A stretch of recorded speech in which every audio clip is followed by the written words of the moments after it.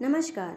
मैं डॉक्टर मीनाक्षी कर्ण जमशेदपुर झारखंड से आज दिनांक 12 मई 2025 को सदीनामा की ओर से संपादकीय लेकर उपस्थित हुई हूँ, जिसका शीर्षक है बोलने से ज़्यादा महत्वपूर्ण है पंत प्रधान का मौन, जिसे लिखा है हमारे सह संपादक आदरणीय राकेश अचल जी ने। भावनाओं और विचारों की अभिव्यक्ति के लिए बोलना बहुत ज़रूरी है। मौन में भी बहुत ताकत है, लेकिन कब, कहाँ और क्या बोले और कहाँ मौन रहे, इसका विशेष ध्यान दिया जाना चाहिए। विशेषकर हमारे पंत प्रधान को, यानी माननीय नरेंद्र मोदी जी को। उनका युद्ध विराम के बाद मौन हो जाना पूरे देशवासियों को खल रहा है।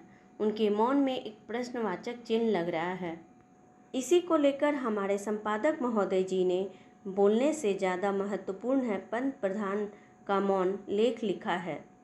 तो देखते हैं अचल जी ने क्या लिखा है। प्रस्तुत है आज का संपादकीय।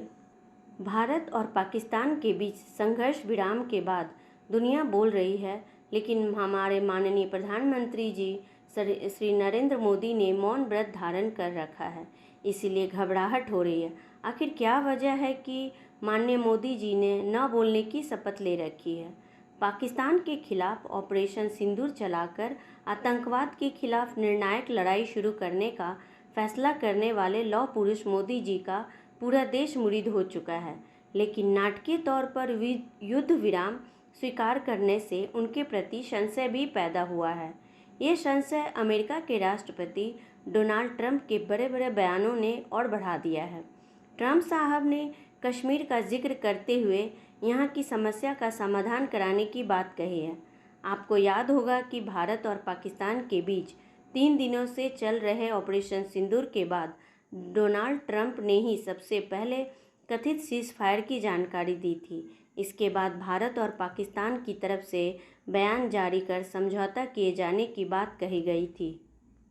ताज़ा प्रसंग में विस्मय इसलिए भी हो रहा है क्योंकि सीज फायर पर पाकिस्तान बोल चुका, अमेरिका बोल चुका, लेकिन भारत नहीं बोल रहा। भारतीय सेना और विदेश मंत्रालय के सचिव ही बोल रहे हैं। आप कह सकते हैं कि प्रधानमंत्री जी का बोलना जरूरी है ही नहीं, वे सही वक्त आने पर बोलेंगे। अभी जिसे बोलना है बोल ले। मोदी जी की खामोशी के बाद ट्रंप ही नहीं, अमेरिकी विदेश मंत्री मार्को रूबियो और एलन मस्क तक बोल रहे हैं। रूबियो ने कहा है कि उन्होंने और राष्ट्रपति जेडी वेंस ने दोनों देशों के वरिष्ठ अधिकारियों के साथ चर्चा की। रूबियो ने टकराव के बजाय बातचीत को चुनने के लिए पीएम मोदी और पाकिस्तान की सराहना भी की। अमेरिकी राष्ट्रपति डोनाल्ड ट्रंप के अहम सहयोगी और टेक अरबपति टेस्ला के सीईओ एलन मस्क ने भी भारत पाकिस्तान युद्ध विराम पर अपनी प्रतिक्रिया दी है। डोनाल्ड ट्रंप ने ट्रुथ सोशल पर लिखा है, मुझे भारत और पाकिस्तान के मजबूत और अडिग नेतृत्व पर बहुत गर्व है, क्योंकि उनके पास यह जानने और समझने की शक्ति, बुद्धि और धैर्य है कि वर्तमान आक्रमण को रोकने का समय आ गया है।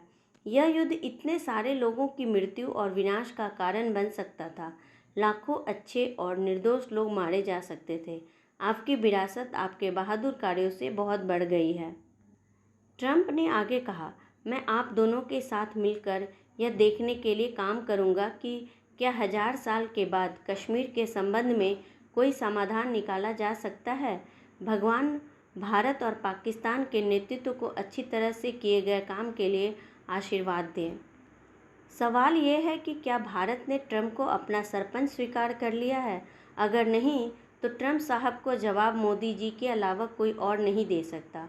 मौजूदा सरकार के पहले भारत के किसी भी प्रधानमंत्री ने अमेरिका को कश्मीर मामले पर बोलने की छूट नहीं दी। मुझे लगता है कि माननीय मोदी जी या तो ट्रंप के बरबोलेपन की अनदेखी कर रहे हैं या फिर जवाब देने के लिए बिहार के किसी चुनावी मंच की तलाश कर रहे हैं।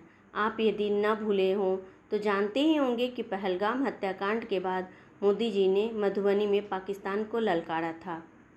इस संवेदनशील मुद्दे पर संसद का विशेष सत्र न बुलाकर मोदी जी शायद फिजूल खर्ची रोक रहे हैं। सीज फायर स्वीकार करने से ऑपरेशन सिंदूर पर रोजाना खर्च होने वाले कम से कम 3000 करोड़ रुपए भी मोदी जी की दूरदृष्टि की वजह से बचे। मैं और मेरा देश फिर भी मोदी जी के मन की बात सुनने को आतुर हैं। हमें ट्रंप, रूबियो या मस्क के मन की बातें सुनने में कोई दिलचस्पी नहीं है। तो ये था हमारा आज का संपादकीय। कल फिर लौटूंगी नए विषय, नए संपादकीय के साथ। तब तक के लिए मैं विदा लेती हूँ। नमस्कार।